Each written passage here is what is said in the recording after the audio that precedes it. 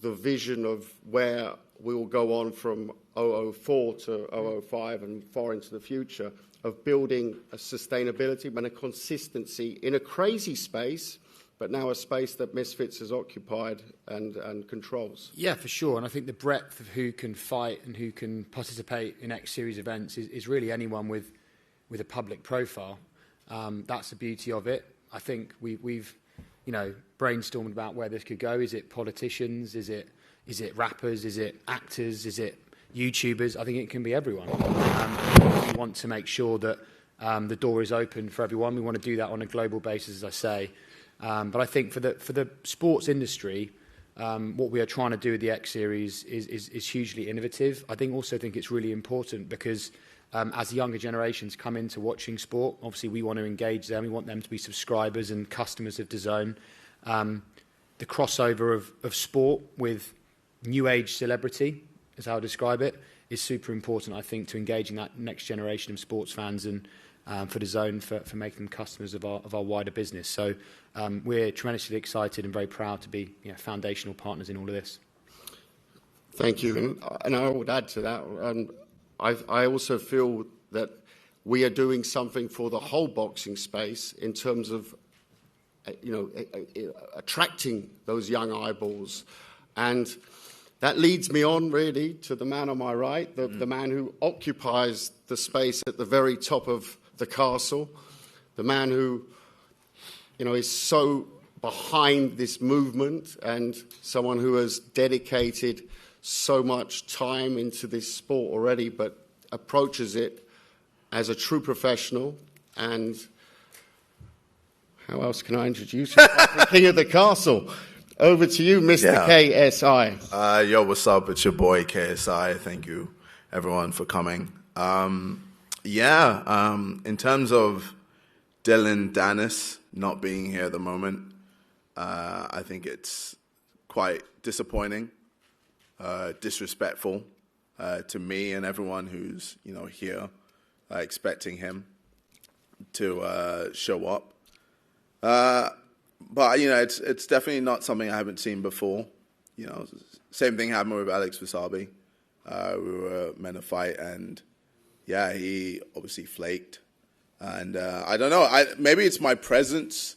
Maybe it's just me in general. Like, I'm just so much of a scary guy. But, I can understand that. I'm a person that, I'm very disciplined. I'm very focused.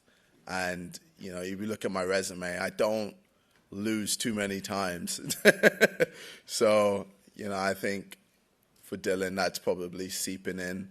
And I know he's undefeated himself, but I think looking at me in the eyes, even when we saw each other in Texas, I could tell, it was all a facade. Like, he had to pretend that he's bigger and stronger than he actually is.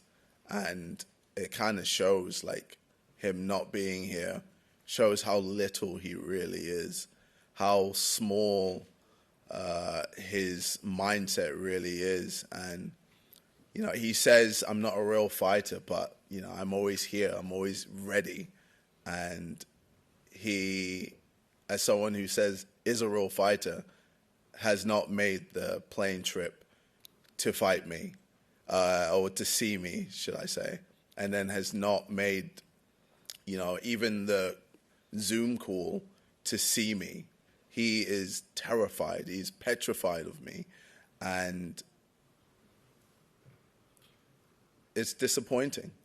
It's disappointing. But, either way, like, when I do see him in the ring, he'll understand that all the frustration and anger I have for him for, disrespecting me in this way will show January 14th. I'm a guy that whenever I am focused and whenever I want something, I will get it, no matter what. And, if anything, this makes me want to train harder. It makes me want to do more than I already am doing. It makes me want to do more sprints. It makes me want to do more bag work, do more sparring, do more of everything that I've been doing at such a high level. And, you know, I'm ready for all things, whether it's, you know, Dillion Danis, whether it's Tommy Fury, whether it's Jake Paul, you know, whether it's any of these guys. Like, I am a different beast, and I will show it with all of these fights that I do. It's just a shame, honestly. And I mean, I spoke to his manager yesterday, who said he didn't want to be, but he insisted on a video link, which we then organised, and clearly he hasn't appeared on now. Do you believe you're living rent free in his head right now?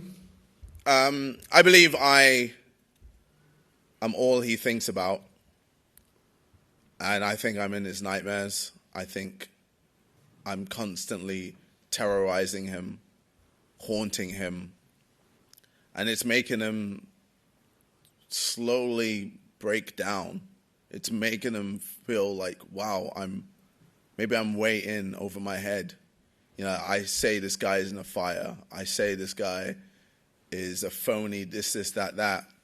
But when it comes to it, you know, when I see KSI in that ring January 14th, am I really ready to get in there with him?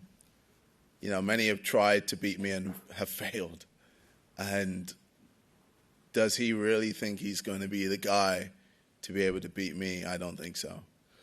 And the question I really wanted to ask him, but I'm going to sort of try and turn it into a question for you now, is he's obviously an undefeated MMA fighter, so we've got to give him credit for that part.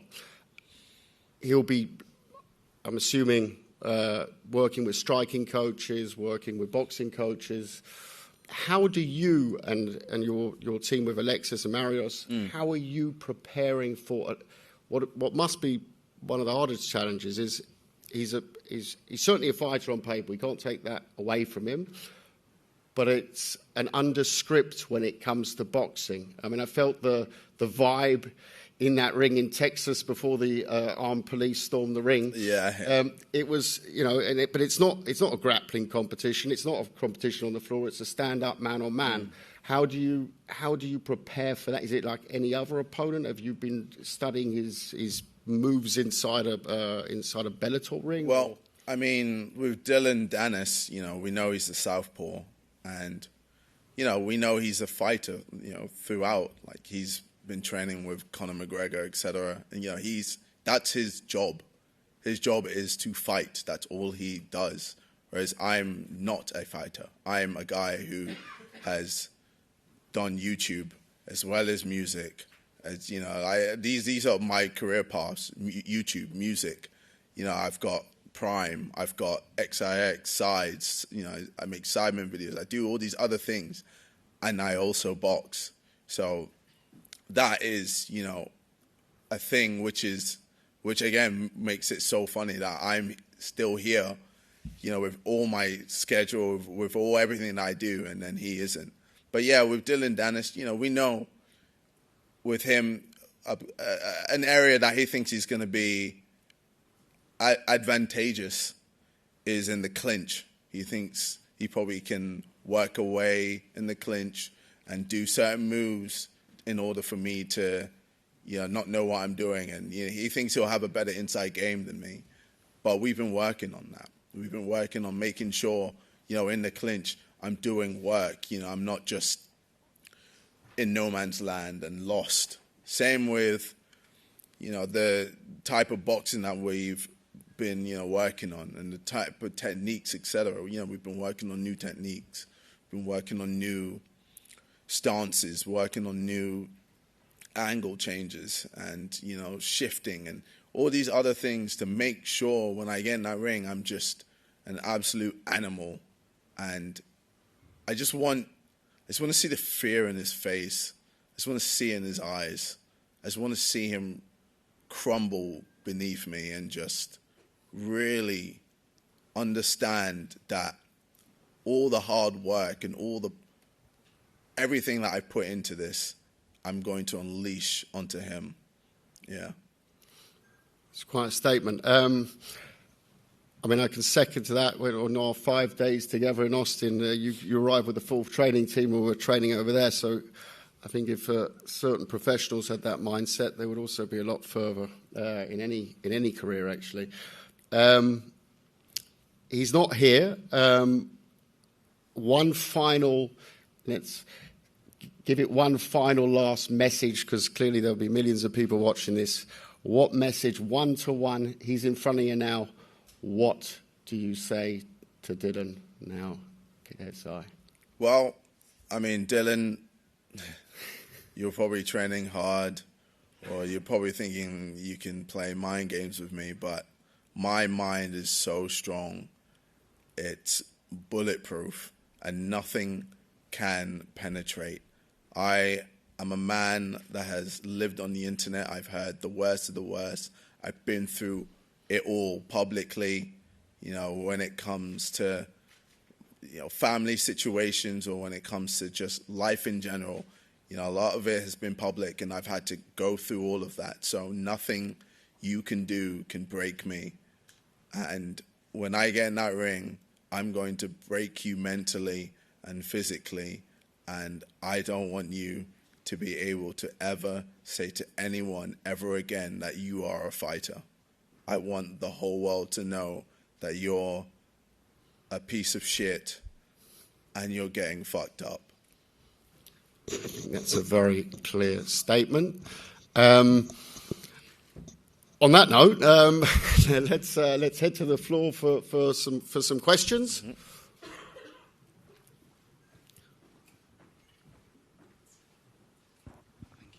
Jolie here for Seconds Out. First things first, JJ. Yep. A lot of people will be wondering, with Dillion not being here today, how likely do you think a pull-out is? Obviously, Alex pulled out last fight. Are you worried about that? I'm not worried about a pull-out. I'm used to it. Yeah, if he wants to pull out, cool. We have people ready to fight me instead. There's a lot of people that want to fight me, and there's a lot of people that don't want to fight me. But if he does pull out, yeah, we've got people ready. I just answer that from promoter point of view as well. We've been assured he's in training. We spoke to his management yesterday. But yeah, we are ready for everything. In this space, you have to be ready for everything, like you do in real boxing. I think I introduced the substitute system into the World Boxing Super Series, and we will have exactly the same setup here. They know that, but I do, there's obviously a lot of money at stake as well. It's a big fight, and I would be surprised if there's a change of heart, given what they've told us yesterday. So, no. One fight on the undercard as well. Anthony Taylor, Idris Virgo surprised me. I really like that fight. Could you talk on that? I know you train with Idris at Shoot. Yeah, I train with Idris, and he's working hard. He's working very hard. He's a good fighter, and he's training with the best of the best, and he's sparring the top fighters, and I think this is hopefully going to be the first time we're going to see Anthony Taylor getting knocked out. I think it's a long time coming.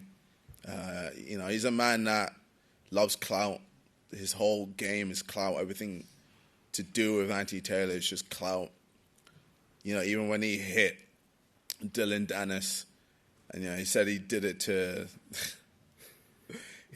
to stand up for me, but I saw right through it. I just know everything he does is for himself. He just cares about himself, and he cares about clout. So, I can't wait for Idris to really get in that ring and just show him the power of shoot fires.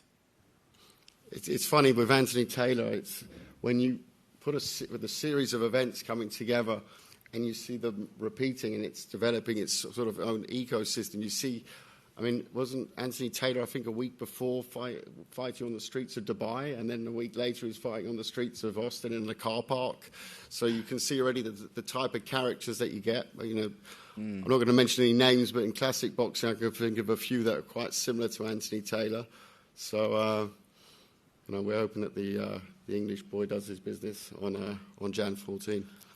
Calla and Joe as well, you touched on kind of appealing maybe to traditional boxing fans when you mentioned actors and other people that could step into Misfits boxing. Do you have any plans on appealing to traditional boxing fans? I'll take that one. I think that the products are separate for a reason. I think there is going to be some crossover, but it's a separate sports vertical, in my opinion. It's targeting a different cohort of fans, a different sort of audience of fans. It skews younger. We've previously experimented with crossover boxing on traditional boxing cards. We were criticised for that. I understand why. I think separating them is the sensible thing to do. The beauty of X Series is we now have a dedicated set of partners and a dedicated partnership together that is focused specifically on this space, and I think that's the right play.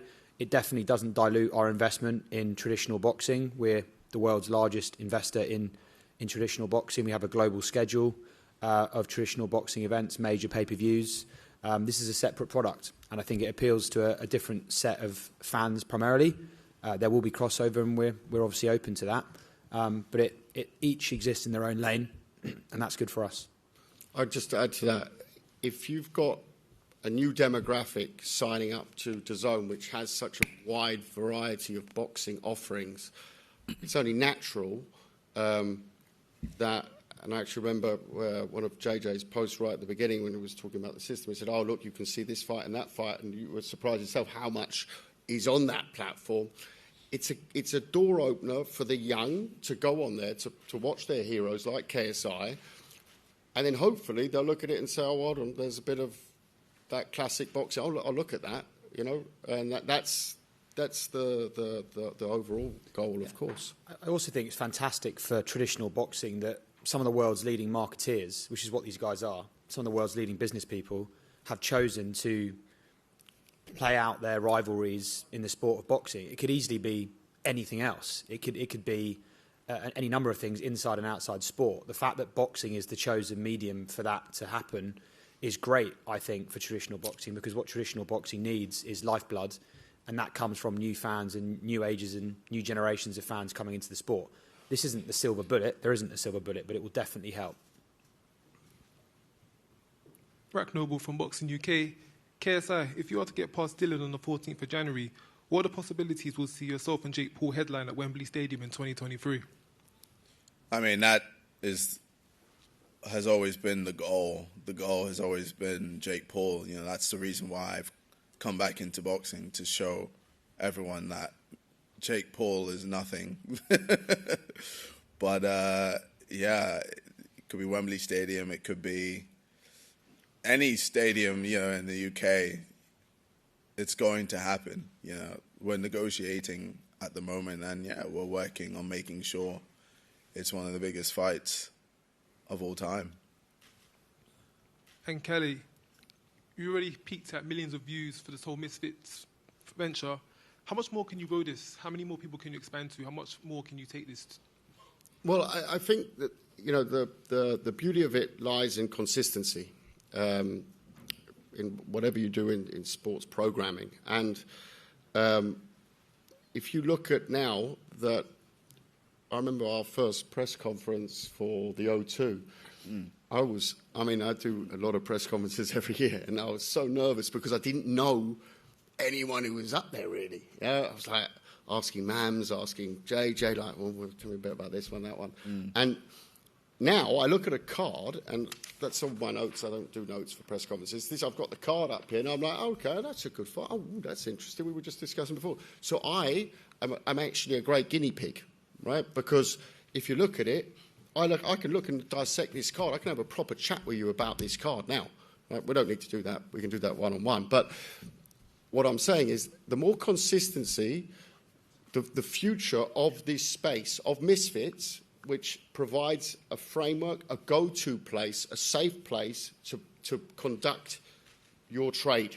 That's what it is. It's not rocket science, what we're doing. We're just doing it in a serious way, in a very wacky and very entertainingly unserious world. Yeah, that's what it is. And, you know, the likes of Ryan Taylor, yeah, we know he is a tough, excuse the language, bastard, right? And we know he's going to bring it absolutely on to Swarms, who, you know, he came up against the best in this segment and you know, came up second best, obviously, on that night. But has he looked at that and adapted and